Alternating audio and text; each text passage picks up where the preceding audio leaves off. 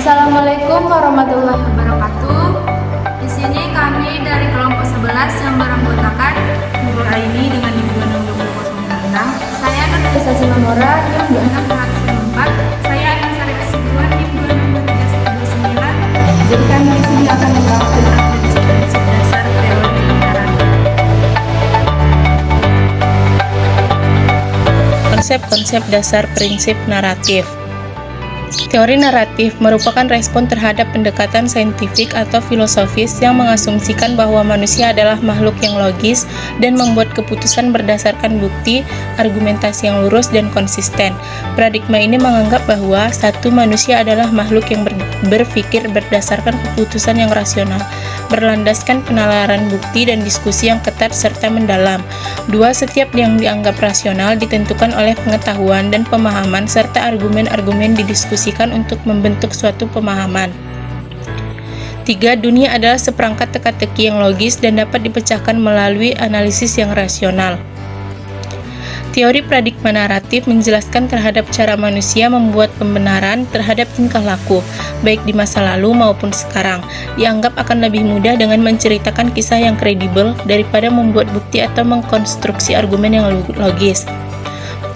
Maka dari itu, semua jenis komunikasi dapat dilihat melalui cerita. Landasan pandangan ini adalah: 1. Manusia pada dasarnya adalah pendongeng. 2. Realitas adalah seperangkat kisah-kisah yang harus dipilih untuk hidup dalam sebuah proses yang diproduksi secara berkelanjutan. Setiap individu memiliki hal-hal yang sesuai dengan nilai yang dipegang dan keyakinan yang diyakini. 3. Pembuatan keputusan tergantung pada penilaian perseorangan dan alasan-alasan yang dianggap benar. Meskipun manusia beranggapan bahwa alasan-alasan untuk setiap keputusan yang diambil itu benar, seperti alasan sejarah, budaya, dan persepsi mengenai karakter orang lain yang telah dipertimbangkan, namun tidak menutup kemungkinan alasan tersebut tetap subjektif dan tidak bisa dipahami seutuhnya. 4. Pengujian naratif rationality adalah berdasarkan pada kemungkinan-kemungkinan, koherensi, dan kesesuaian kisah-kisah tersebut dengan keyakinan dan pengalaman pendengar.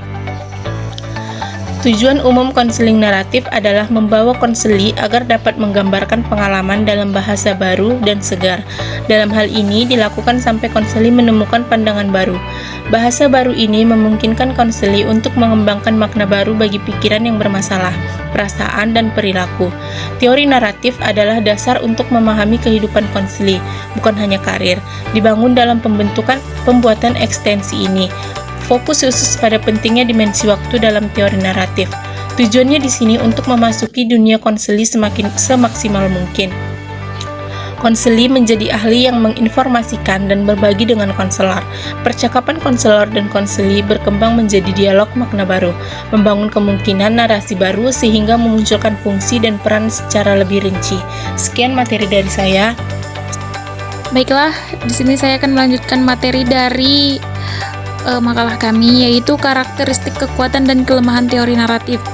Adapun karakteristik utama teori naratif dalam karir meliputi yang pertama itu adanya plot. Plot adalah alur cerita yang menggambarkan rangkaian peristiwa yang terjadi dalam karir seseorang. Plot ini mencakup elemen-elemen seperti awal, pertengahan, dan akhir karir, serta konflik atau tantangan yang dihadapi dan resolusinya. Plot karir ini membantu orang dalam untuk membantu makna dan memahami pengalaman karir mereka. Selanjutnya adanya setting. Setting mengacu pada latar belakang atau konteks di mana cerita karir berkembang.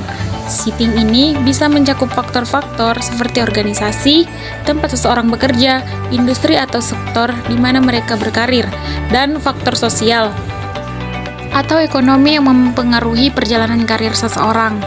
Selanjutnya yang ketiga adanya tokoh atau tematik. Tokoh atau tematik mengacu pada karakter atau motif utama dalam cerita karir seseorang. Ini mencakup individu yang terlibat dalam cerita, serta nilai-nilai, tujuan, dan motivasi yang mendorong perjalanan karir seseorang. Pemahaman mengenai karakter dan tematik ini membantu menganalisis dinamika dan perubahan yang terjadi dalam cerita karir seseorang. Terus selanjutnya 4, adanya narator. Narator adalah suara yang menceritakan cerita karir seseorang. Narator bisa menjadi individu yang menceritakan cerita mereka sendiri atau orang lain yang mengamati atau menyampaikan perspektif tentang karir seseorang. Narator ini membantu mempengaruhi cara kita memahami dan menginterpretasikan cerita dan pengalaman karir seseorang. Selanjutnya, adanya pesan. Pesan adalah makna atau pelajaran yang dapat ditarik dari cerita karir seseorang. Pesan ini bisa berhubungan dengan tema-tema seperti pertumbuhan pribadi dan profesional, keberhasilan atau kegagalan, perubahan, atau nilai-nilai etika dalam karir.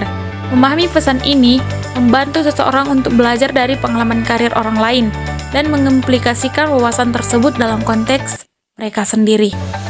Oke, terima kasih. Selanjutnya akan dijelaskan kepada pemateri selanjutnya.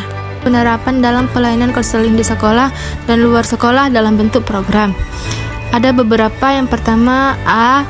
Workshop cerita hidup. Mengajak siswa atau peserta untuk menceritakan pengalaman hidup mereka melalui narasi. Memungkinkan mereka untuk merenungkan dan memahami arti dan nilai-nilai yang mendasari pengalaman tersebut. Yang kedua, kelompok dukungan naratif. Membentuk kelompok kecil yang dipandu oleh seorang konselor atau fasilitator. Dalam anggota kelompok saling berbagi cerita dan mendengarkan cerita satu sama lain untuk mendukung pemahaman diri dan pertumbuhan emosional. Yang ketiga, menulis jurnal naratif. Mendorong siswa atau peserta untuk menulis jurnal naratif tentang pengalaman, perasaan, dan refleksi mereka.